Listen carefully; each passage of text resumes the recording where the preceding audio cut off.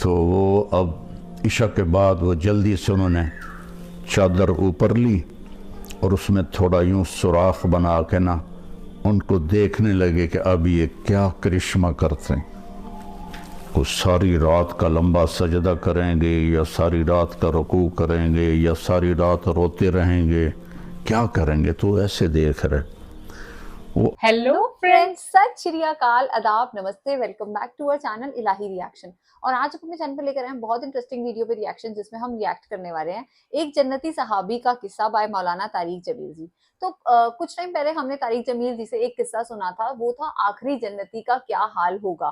مطلب وہ انہوں نے جو پورا بیان دیا تھا نا، وہ سچ میں دل دہلا دینے والا تھا کہ جو انہوں نے پہلے بتایا کہ اس کے ساتھ ایسا ہوگا، اس کے بعد جب انہوں نے کہا کہ اس کو جنت میں بھیجا جائے گا، سچ میں ہم سن کے بہت شاکڈ ہوئے تھے۔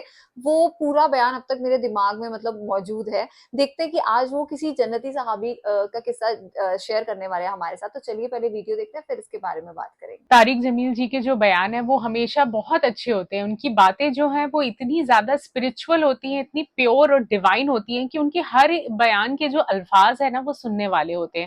تو ہمارے لیے آئی تھنک ان کی ہر ایک ویڈیو بہت اسپیشل ہے۔ تو چلیے دیکھتے ہیں کہ آج کے اس ٹاپک کے اوپر وہ ہمیں کیا کچھ خاص بتائیں گے۔ تو بنا کسی دیری کے شروع کرتے ہیں آج کی اس ویڈیو کو۔ آپ مسجد میں بیٹھے تھے تو آپ نے فرمایا اس دروازے سے ایک جنتی آنے والا ہے۔ تو ایک انصاری صحابی مدینے والے، وہ اتنے نامعلوم ہے کہ ان کا نام کسی حدیث میں نہیں آیا۔ ان کے ہاتھ میں جوتا تھا اور داڑھی میں وضو کا پانی تھا۔ وہ آ کے بیٹھ گئے، کسی نے بتایا بھی نہیں کہ تیرے بارے میں اللہ کے نبی نے یہ کہا۔ اچھا، اگلے دن آپ اسی مجلس میں تھے تو آپ نے فرمایا اس دروازے سے ایک جنتی آ رہا ہے۔ تو وہی صحابی جو کل آئے تھے اور اسی شکل میں، جوتا ہاتھ میں، داڑھی کا، وضو کے پانی سے وہ پانی، وہ آ کے بیٹھ گئے۔ تیسرے دن آپ نے فرمایا اس دروازے سے ایک جنتی آ رہا ہے، پھر وہی صحابی۔ تو اس مجلس میں ایک صحابی ہیں جو 3 دن سے بیٹھ رہے تھے، ان کا نام ہے عبداللہ بن عامر۔ تو جتنے صحابہ میرے نبی کے تھے، 1.5 لاکھ یا 2 لاکھ، کوئی کسی نے گنے تو ہے نہیں، اندازہ ہی ہے۔ ان تمام صحابہ میں یہ سب سے زیادہ عبادت کرنے والے تھے، ان سے زیادہ کوئی عبادت والا نہیں تھا۔ ساری رات تہجد پڑھتے تھے، سارا دن روزہ رکھتے تھے اور 24 گھنٹے میں ایک قرآن ختم کرتے تھے۔ یہ کسی میں طاقت نہیں تھی۔ ان کے باپ نے شادی کی تو بیگم سے کہنے لگے میں 2 نفل پڑھ لوں، اور نماز کی نیت باندھی اور چل سو چل، چل سو چل، چل سو چل۔ کئی گھنٹے گزر گئے تو اس کی بیگم نے کہا اس کو تو لگتا ہے میرا خیال ہی کوئی نہیں۔ اس نے بھی وضو کیا اور اس نے بھی پیچھے نماز کی نیت باندھ لی۔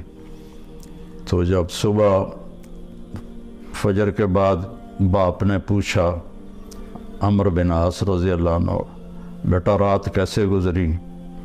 کہا جی الحمدللہ نفلوں میں گزری، کو تیرا ستیہ ناس ہو، میں نے تیری شادی اس لیے کی تھی کہ تیری رات نفلوں میں گزرے۔ جا کے اللہ کے نبی کو شکایت کی انہوں نے کہ اس کا یہ حال ہے۔ تو وہ اس لیول کی ان کی عبادت تھی۔ تو ان کو خیال آیا یہ مجھ سے زیادہ عبادت کرتا ہے، 24 گھنٹے تو سارے میں نے فل کیے ہوئے ہیں، تو اس کے 25 گھنٹے ہیں، تو میں دیکھوں گا یہ کیا کرتا ہے۔ تو اگلے دن وہ ان کے پاس چلے گئے اور کہنے لگے چچا جان میرے ابا مجھ سے ناراض ہیں، تو میں 2-3 دن آپ کے پاس گزار لوں؟ ان کا بیٹا بالکل ضرور آ جاؤ۔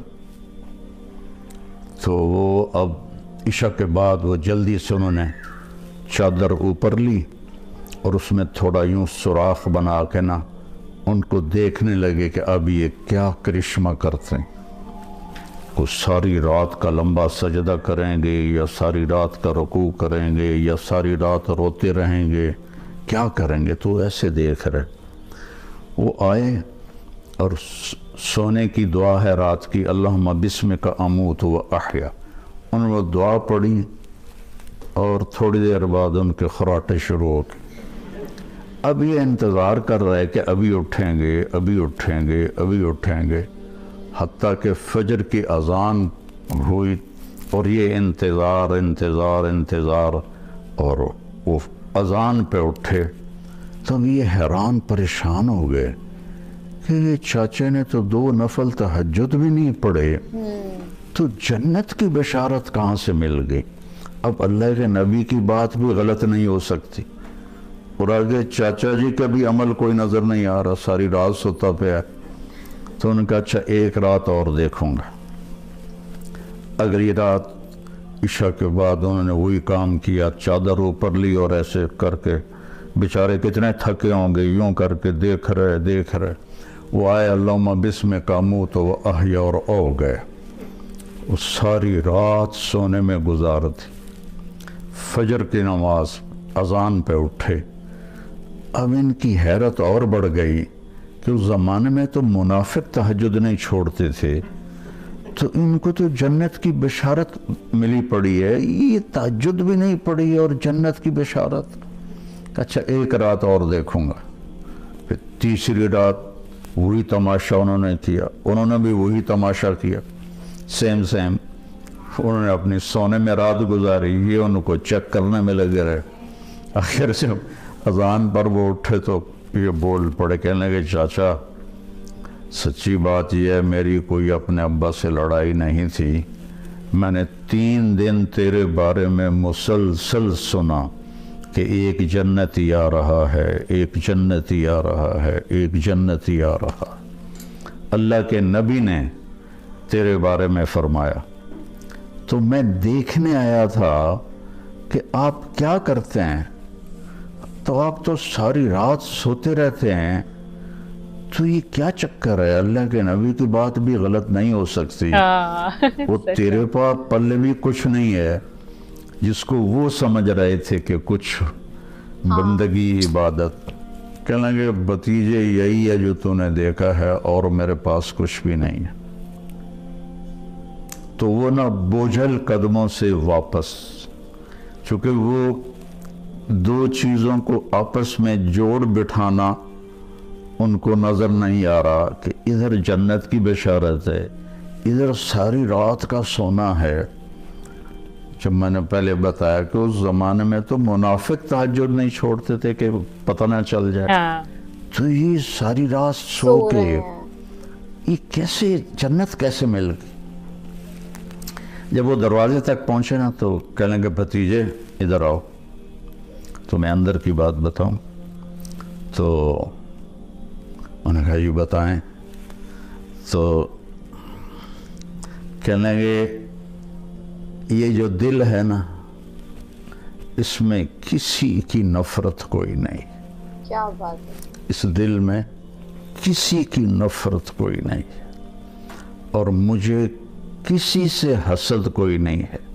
اللہ جب کسی کو کوئی نعمت دیتا ہے تو مجھے کبھی حسد نہیں ہوا، اور اس زبان سے میں نے کبھی کسی کو تکلیف نہیں پہنچائی۔ تو وہ ایسے کھڑے تھے نا،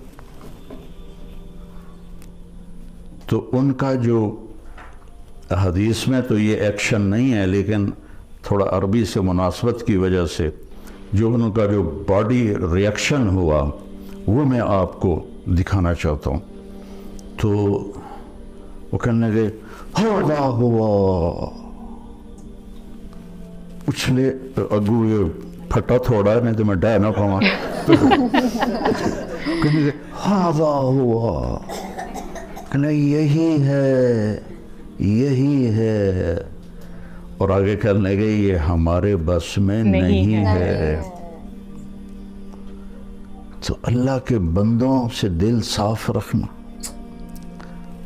اپنے گھروں میں اگر آپ کئی میاں بیوی آئے ہوئے ہیں، اپنے گھروں میں خوشی دیکھنا چاہتے ہو تو وہ پیسے سے نہیں آئے گی، وہ آپ کے اچھے اخلاق سے آئے گی، آپ کے اچھے رویے سے آئے گی، میں نہیں رہے گی، برداشت کرنے سے آئے گی۔ ایک دوسرے کی برداشت کرنے سے آپس میں محبتیں قائم ہوتی ہیں۔